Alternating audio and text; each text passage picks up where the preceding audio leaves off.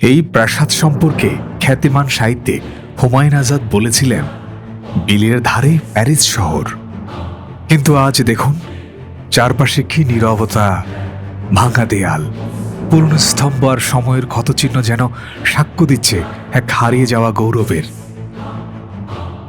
সে সময় দেখতে কেমন ছিল এই প্রাসাদ? কারা গড়ে তুলেছিলেন এই বিশাল সাম্রাজ্য?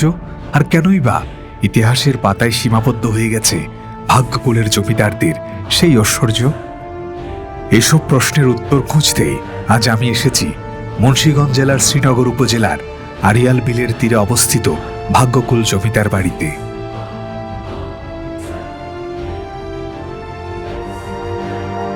এই বাড়ির ইতিহাস জানার আগে জানতে হবে বিক্রমপুরের ইতিহাস, কারণ বিক্রমপুরকে না জানলে ভাগ্যকুলকে বোঝা অসম্ভব। প্রায় 1000 বছর আগে বিক্রমপুর ছিল বাংলার অন্যতম গুরুত্বপূর্ণ রাজনৈতিক ও সাংস্কৃতিক কেন্দ্র। পাল রাজাদের পর সেন রাজবংশের সময় বিক্রমপুর আরও গুরুত্বপূর্ণ হয়ে ওঠে। সেন রাজবংশের শাসক বিজয় সেন ও পরে লক্ষণ সেনের সময় এই স্থান মানে বিক্রমপুর ছিল অন্যতম রাজধানী। 1204 খ্রিস্টাব্দে বখতিয়ার খলজির আক্রমণের পর লক্ষণ সেন এই বিক্রমপুরে আশ্রয় নেয় এবং তাঁর উত্তরসূরিরা এখান থেকেই কিছু সময় শাসন চালিয়ে যান।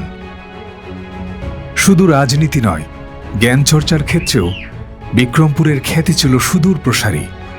এই অঞ্চলেই জন্মগ্রহণ করেন বৌদ্ধ পণ্ডিত অতীশ দীপঙ্কর, যিনি তিব্বতে বৌদ্ধ ধর্মের পুনর্জাগরণে অসামান্য ভূমিকা পালন করেন।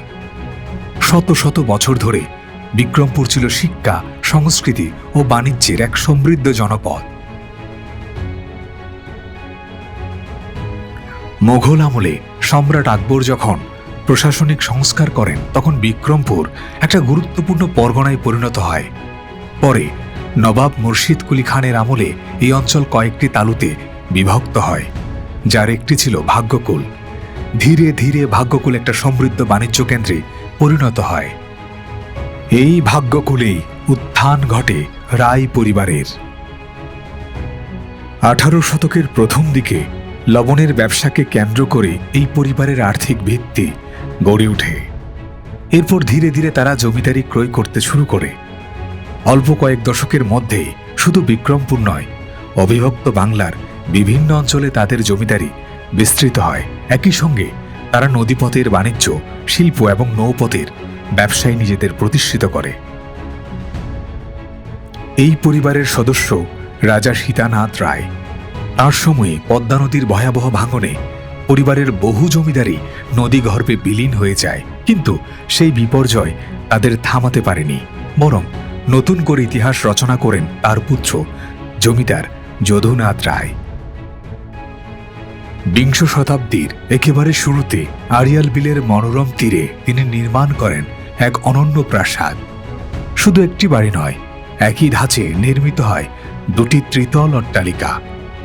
চারপাশে বিশাল দিঘি, প্রশস্ত প্রাঙ্গণ, সুদৃশ্য বাগান আর বিলের জলরাশি, সব মিলিয়ে এটি যেন প্রকৃতি আর স্থাপত্যের এক অপূর্ব মিলনস্থল। যদুনাথ রায় ছিলেন মূলত একজন সফল ব্যবসায়ী। নদীপথে বরিশাল থেকে সুপারি, লবণ ও সারি এনে মুর্শিদাবাদ সহ বিভিন্ন অঞ্চলে ব্যবসা করতেন। তাঁর ব্যবসায়িক সাফল্যই পরবর্তীকালে এই রাজকীয় স্থাপত্য নির্মাণের আর্থিক ভিত্তি তৈরি করে। এই জমিদার বাড়ির সামনে রয়েছে বিশাল বিশাল কয়েকটি দিঘি। এগুলো সৌন্দর্য বর্ধনের সাথে সাথে বাড়িয়ে দিয়েছে জমিদার বাড়ির মাহাত্ম্য। এটি বিক্রমপুর জাদুঘর। এখানে রক্ষিত আছে শত কিংবা হাজার বছরের পুরনো বিভিন্ন জিনিসাদি। বিক্রমপুরের এই স্থানের সবকিছুই কেমন জানি রাজকীয়। 1907 সালে ভাগ্যকুলের রায় পরিবার প্রতিষ্ঠা করে the East Bengal River Steamer Company. সে সময় পূর্ববঙ্গের যোগাযোগের প্রধান মাধ্যম ছিল নদীপথ। ফলে এই স্টিমার কোম্পানি শুধু একটি ব্যবসা ছিল না, এটি ছিল পূর্ববঙ্গের অর্থনীতি ও যোগাযোগ ব্যবস্থার একটি গুরুত্বপূর্ণ অংশ। এই পরিবারের তৎসময়ের সদস্য যদুনাথ সরকার যেতে চায়নি এই বাড়ি ছেড়ে। তারপরও আত্মীয় স্বজনের চাপে তাকে পাড়ি দিতে হয় মুর্শিদাবাদ।